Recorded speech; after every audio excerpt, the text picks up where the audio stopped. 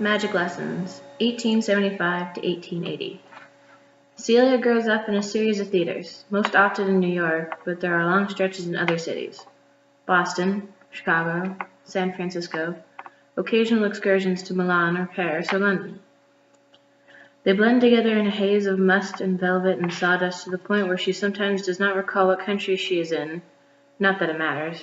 Her father brings her everywhere while she is small, parading her like a well-loved small dog in expensive gowns for his colleagues and acquaintances to fawn over in pubs after performances. When he decides she's too tall to be an adorable accessory, he begins abandoning her in dressing rooms or hotels. She wonders each night if perhaps he will not return, but he always stumbles in at unseemly hours, sometimes petting her gently on the head while she pretends to be asleep, other times ignoring her entirely. Her lessons have become less formal. When before he would sit her down at marked the irregular times, now he tests her constantly, but never in public. Even tasks as simple as tying her boots he forbids her to do by hand. She stares at her feet, silently willing the laces to tie and untie in messy bows, scowling when they tangle into knots. Her father is not forthcoming when she asks questions. She has gathered that the man in the gray suit, whom her father called Alexander, also has a student, and there will be some sort of game. Like chess? She asks once. No, her father says, not like chess. The boy grows up in a townhouse in London. He sees no one, not even when his meals are delivered to his rooms, appearing by the door on covered trays and disappearing in the same manner. Once a month, a man who does not speak is brought in to cut his hair. Once a year, the same man takes measurements for new clothing. The boy spends most of his time reading, and writing, of course. He copies down sections of books, writes out words and symbols he does not understand at first, but that become intimately familiar beneath his ink-stained fingers, formed again and again in increasingly steady lines. He reads histories and mythologies and novels. He slowly learns other languages, though he has difficulty speaking them. There are occasional excursions to museums and libraries during off hours when there are few, if any, other visitors. The boy adores these trips, both for the contents of the buildings and the deviation from his set routine. But they are rare, and he is never permitted to leave the house unescorted. The man in the gray suit visits him in his rooms every day, most often accompanied by a new pile of books, spending exactly 1 hour lecturing about things the boy is unsure he will ever truly understand. Only once does the boy inquire as to when he will actually be allowed to do something. The kinds of things that the man in the gray suit demonstrates very rarely himself during these strictly scheduled lessons. When you are ready is the only answer he receives. He is not deemed ready for some time. The doves that appear on stage and occasionally in the audience during Prospero's performances are kept in elaborate cages, delivered to each theater along with the rest of his luggage and supplies.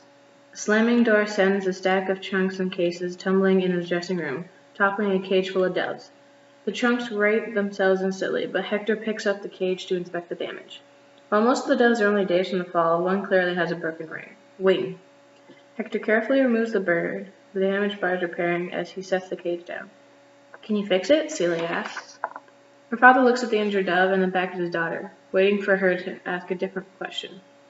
Can I fix it? She asks after a moment. Go ahead and try, her father says, handing it to her. Celia gently strokes the trembling dove, staring intently at its broken wing. The bird makes a painful, strangled sound much different than its normal coo. I can't do it, Celia says with tears in her eyes, lifting the bird up to her father. Hector takes the dove and swiftly twists its neck, ignoring his daughter's cry of protest. Living things have different rules, he says. You should practice with something more basic. Picks up Celia's only doll from a nearby chair and drops it to the floor, the porcelain head cracking open. When Celia returns to her father the next day with the perfectly repaired doll, he only nods as approval before waving her away, returning to his performance preparations. You could have fixed the bird, Celia says. Then you wouldn't have learned anything, Hector says. You need to understand your limitations so you can overcome them. You do want to win, don't you? Celia nods, looking down at her doll. It bears no evidence that it had ever been damaged, not a single crack along the vacant, smiling face. She throws it under her chair and does not take it with her when they depart the theater. The man in the gray suit takes the boy for a week in France that is not precisely a holiday. The trip is unannounced, the boy's small suitcase packed without his knowledge. The boy assumes they are there for some manner of lesson, but no particular area of study is specified. After the first day, he wonders if they are visiting only for the food, entranced by the luscious crackle of fresh-baked bread in boulangeries and the sheer variety of cheeses. There are off-hour trips to silent museums, where the boy tries and fails to walk through galleries as quietly as his instructor does, cringing when each footfall echoes. Though he requests a sketchbook, his instructor insists it will be better for him to capture the images in his memory. One evening, the boy is sent to the theater. He expects a play or perhaps ballet, but the performance is something he finds unusual. The man on the stage, a slick-haired, bearded fellow whose white gloves move like birds against the black of his suit, performs simple tricks and sleight-of-hand misdirections. Birds disappear from cages with false bottoms. Handkerchiefs slip from the pockets to be concealed again in cuffs. The boy watches both the magician and his modest audience curiously. The spectators seem impressed by the deceptions, often applauding them politely. When he asks questions of his instructor after the show, he is told the matter will not be discussed until they return to London at the end of the week. The next evening, the boy is brought to a larger theater and again left alone for the performance. The sheer size of the crowd makes him nervous. He has never been in a space so full of people before. The man on the stage appears older than the magician from the previous night. He wears a nicer suit. His movements are more precise. Every exhibition is not only unusual, but captivating. The applause is more than polite. And this magician does not hide handkerchiefs within his lace shirt cuffs. The birds that appear from all manner of locations have no cages at all. These are feats that the boy has seen only in his lessons. Manipulations and illusions, he has been expressly informed again and again, must be kept secret. The boy applauds as well when Prospero the enchanter takes his final bow. Again, his instructor refuses to answer any of his questions until they return to London. Once in the townhouse, falling back into a routine that now feels as though it had never been disrupted, the man in the gray suit first asks the boy to tell him the difference between the two performances. The first man was using mechanical contraptions and mirrors, making the audience look different places when he did not wish them to see something, to create a false impression.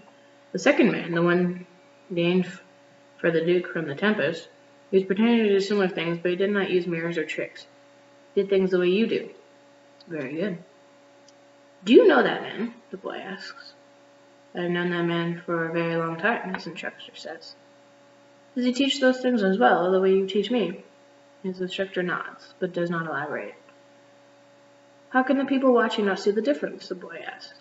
To him it is clear, though he cannot properly articulate why. It was something he felt in the air as much as he observed with his eyes. People see what they wish to see, and in most cases, what they are told that they see. They do not discuss the matter further. While there are other not quite holidays, though they are rare, the boy is not taken to see any other magicians. Prospero the enchanter uses a pocket knife to slit his daughter's fingers open, one by one, watching wordlessly as she cries until calm enough to heal them, drips of blood slowly creeping backward.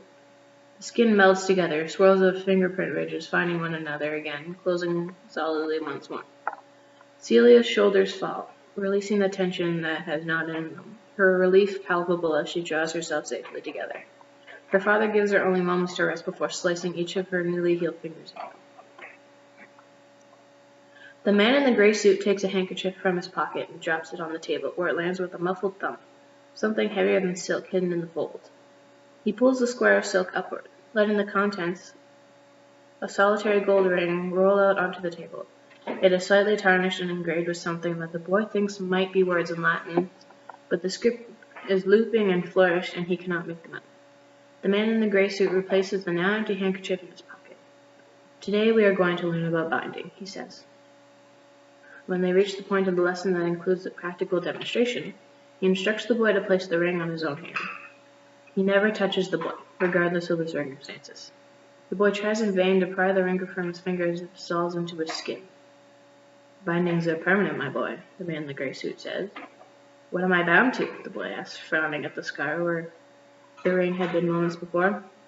an obligation you already had, and a person you will not meet for some time. The details are not important at this point. This is merely a necessary technicality.